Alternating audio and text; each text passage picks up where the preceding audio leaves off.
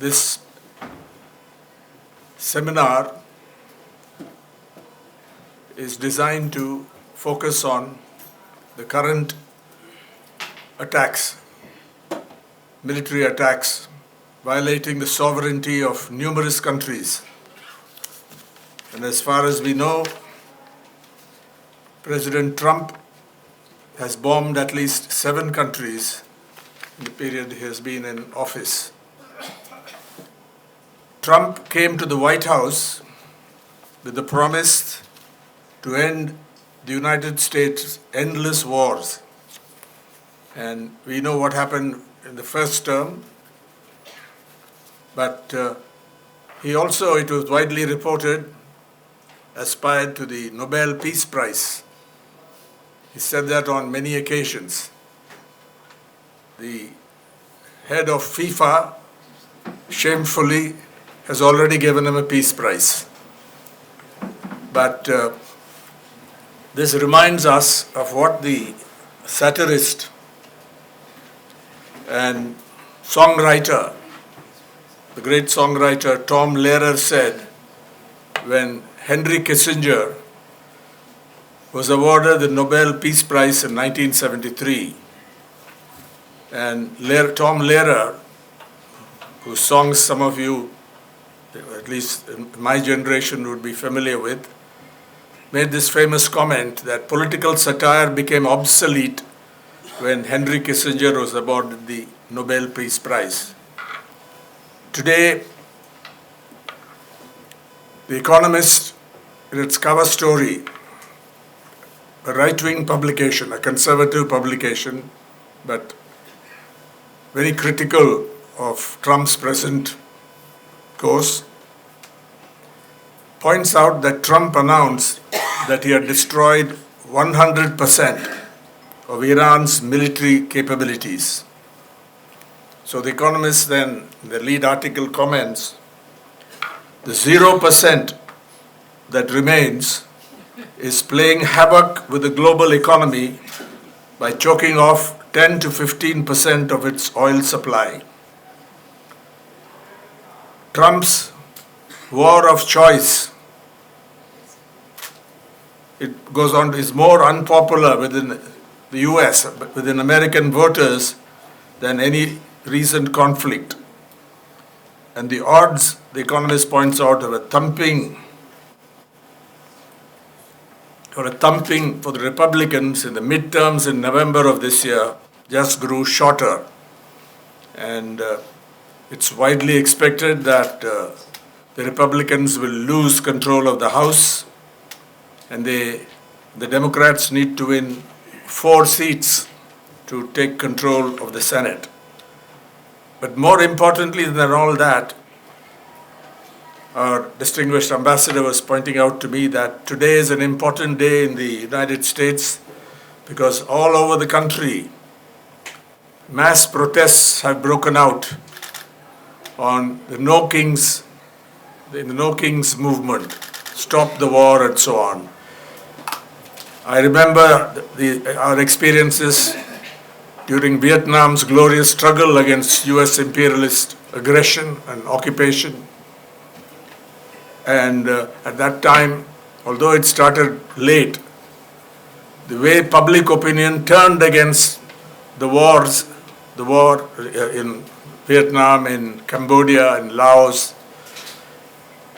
rather late in the day, and voted out the leaders, I think that was an inspiring experience, historical experience many of us remember. So it's very important to pay close attention to the mood of the people of the United States. Of course, a large proportion of the Republican Party supports this fascistic war unleashed against Iran, totally unprovoked, and the threats held out against Cuba. Earlier, of course, they committed the crime of abducting the president of Venezuela on completely trumped-up charges, fake charges, and we shall see how that develops. threats have been held against Cuba, and there are others who are very familiar with the historical and current situation in Latin America, Cuba in particular, who will speak on this issue. But Donald Trump has walked into a situation, I think, where there is no easy exit. He has repeatedly talked about the talks with Iran, talks on the basis of the so-called 15-point program. Iran has denied it. Iran has made it clear that it has its own conditions for stopping this fight. It did not initiate this fight. Talks were going on under Omani mediation, and a deal was declared possible by the Omani foreign minister. The deal was in sight, and treacherously, the United States and Israel that is a law unto itself, Israel that has carried out many genocidal offensives, particularly in Gaza, but also the persecution of Palestinians on the occupied West Bank. Israel and the United States treacherously launched an attack on Iran, everybody knows about it, and assassinated the head of the country, the supreme leader, the Ayatollah. And to everyone's surprise, perhaps, in the US establishment, although it is reported some cautioned Trump against getting into this situation, the implications of this war that they have launched, Iran has hit back. So this, I think, is a major development. I don't know how many of us expected Iran to wage this war of attrition. A country of 90 million people with enormous economic potential and an advanced missile program. It's pointed out by Stanley Johnny in an article in the Hindu that ring-fenced by tall mountains, roughly 70 times the size of Israel, it's a geographical fortress. And Iran has fought above itself. Iran, waging a regional war, has struck American military bases and other American assets. It has hit data centers, and it has, in de facto terms, closed the Strait of Hormuz, allowing ships of so-called friendly countries through, one by one perhaps.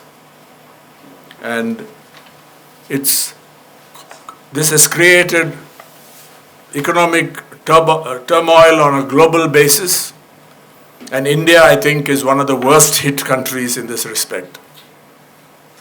I'll come to that aspect a little later in this, but first we have to unequivocally condemn the unprovoked, brutal and fascistic attack on Iran, and we must express solidarity regardless of what we think of the leadership of Iran, since its sovereignty has been violated against all tenets of international law, against the UN Charter and so on, since war crimes have been committed, since humanitarian crimes have been committed against humanitarian law. School girls have been murdered in one of the missile strikes. Trump tried to deny it, cover it up, but the truth has come out. We must express the strongest solidarity with Iran on all these counts, in total contrast to the shameful policy adopted by the BJP government, the Modi government, in this respect. Not only did they fail to condemn the assassination, first condole with the Iranian embassy on the assassination of the supreme leader. Not only did they fail to condemn this act. Later on, the Foreign Secretary went and quietly signed some book, but it showed what there was. They also created the feeling through the Prime Minister's visit to Israel, at precisely the wrong moment, that there was some kind of collusion, or at least this visit provided a cover for Netanyahu to, along with the United States, to launch this attempt, this atrocious attack. We can take heart from the fight that Iran has been waging. I read a report in the Financial Times that the Russian Federation has, it has to be verified, that the Russian Federation has delivered some missiles, food and other supplies to this.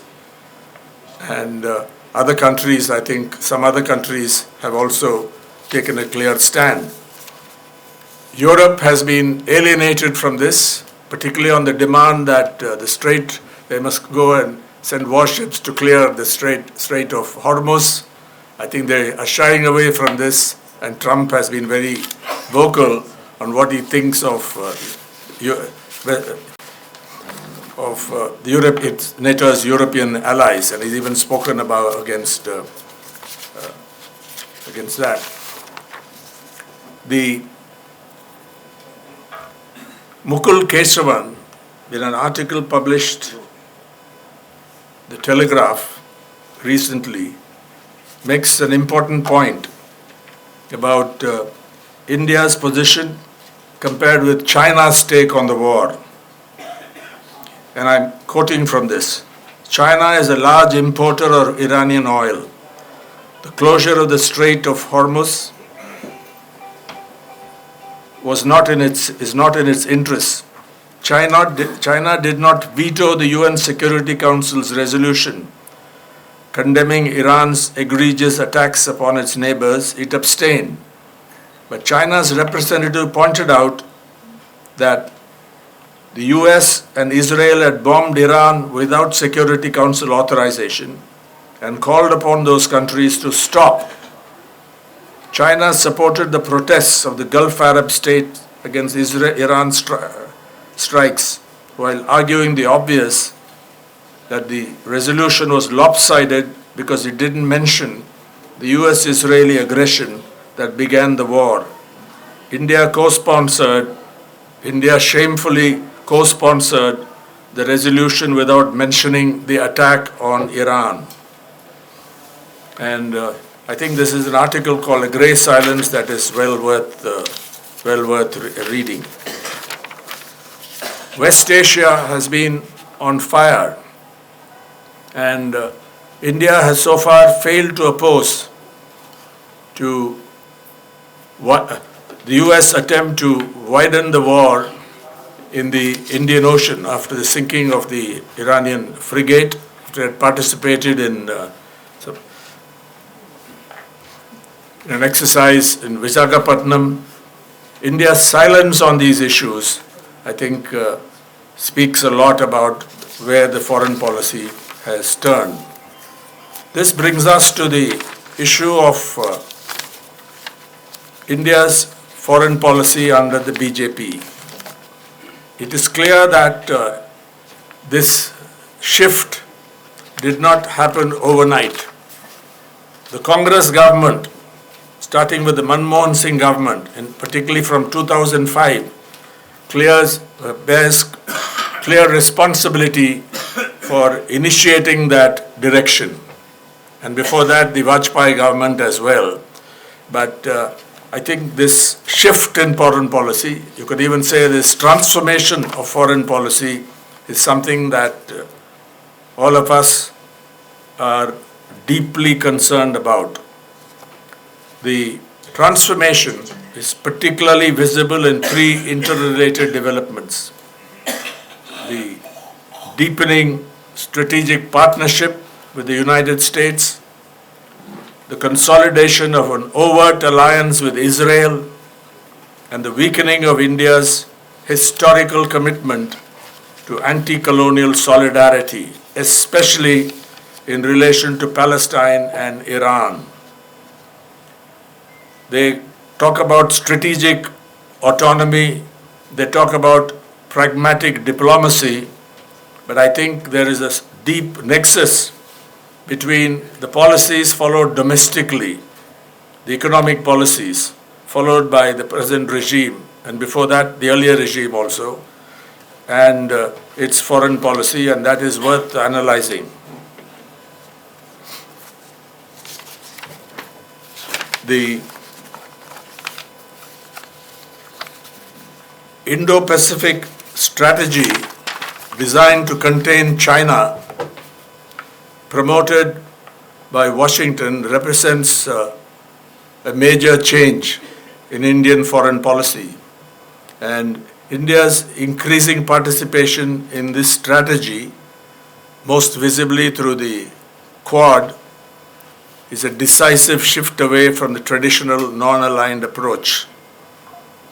While our government presents the Quad as a cooperative framework for regional stability, in practice it functions as part of a broader effort to build a military and diplomatic coalition against China. And this alignment has profound implications. A second major shift is, of course, what we are all familiar with, the transformation of India's relationship with Israel. For decades after independence, as many of us are aware, India maintained a cautious distance from Israel because it strongly supported the cause of Palestinian self-determination, and it identified with the broader anti-colonial movement. Although diplomatic relations with Israel were established in the early 1990s, earlier governments continued to balance ties with Israel against support for Palestine. But under the BJP, particularly this BJP government, Israel has been elevated to the status of a key strategic partner. Defense cooperation has expanded. Israeli military technology has become deeply embedded in India's security apparatus. And you know the story of Pegasus, sold by the NSO group. I'm a petitioner in the Supreme Court on this issue. They have not come clean. They have not confirmed whether they have it or got it, and it's clearly from Israel. And this partnership, the strategic partnership, reflects more than so-called pragmatic cooperation. It represents a convergence between two states that increasingly define their legitimacy in certain security states. And Israel, which functions as a frontline state within the architecture of US imperialist power in West Asia, I think is seen as a very attractive partner by the present regime here. And there are many ideological affinities, I don't want to go into that, between the movement that this government represents, the RSS movement, and before that Savarkar, and the Zionist cause. The most striking manifestation of India's foreign policy transformation is its changing attitude or stance towards the Palestinian struggle, the struggle of the Palestinian people. Historically, India can take pride from the fact that it has been one of the most consistent supporters of Palestinian rights in the developing world. And this cause resonated deeply with India's own experience, its freedom struggle, its commitment to anti-imperialist solidarity. So while India today, the government formally supports a two-state solution, the political significance of this position has been eroded, has been sabotaged. The government has avoided any serious criticism of Israeli policies and has prioritized strategic cooperation with Israel over political support for Palestinian self-determination. And this reflects the erosion of anti-colonial internationalism within our regime. And the language of solidarity with oppressed people has been replaced by the language of security partnerships, technological collaboration, and geopolitical balancing. The case of Iran illustrates how imperialist powers operate in the present world. The US has imposed extensive economic sanctions on Iran as part of its broader strategy for more than 3 decades to maintain dominance in West Asia. The sanctions have profound global implications because the US controls the key aspects of the international financial system. And India's decision to reduce oil imports from Iran under US pressure demonstrates the effectiveness of the system of economic coercion. And of course, we know what happened with our imports of crude from Russia, and the shameful heading in all major Indian newspapers, the US allows India to import Russian oil for 30 days, and so on. So we have become a subordinate partner or ally of the United States on all these issues. Even on the question of the partnership with Russia, and earlier the former Soviet Union. And Russia, of course, is an important partner. Relations have been maintained, but again, attempts to erode this. So I think we have come to a stage where people must protest against this transformation of foreign policy side by side with our struggle against imperialism, imperialist attacks on various states and the people of those countries. So again, I want to close by saying I would like to express on behalf of everyone here our solidarity with those who are facing imperialist attacks in West Asia, in Latin America, and elsewhere. And we look to stronger movements, stronger protest movements in the United States and other political outcomes that may weaken this warmongering by a president who came to power promising to end wars. I'm a deal maker and so on. And just the opposite has happened and has been mentioned earlier. We have not seen this kind of warmongering and attacks on this scale for many decades. So thank you for this opportunity to present a few remarks, and we hope that others will deal with important aspects that I have not touched upon here. Thank you.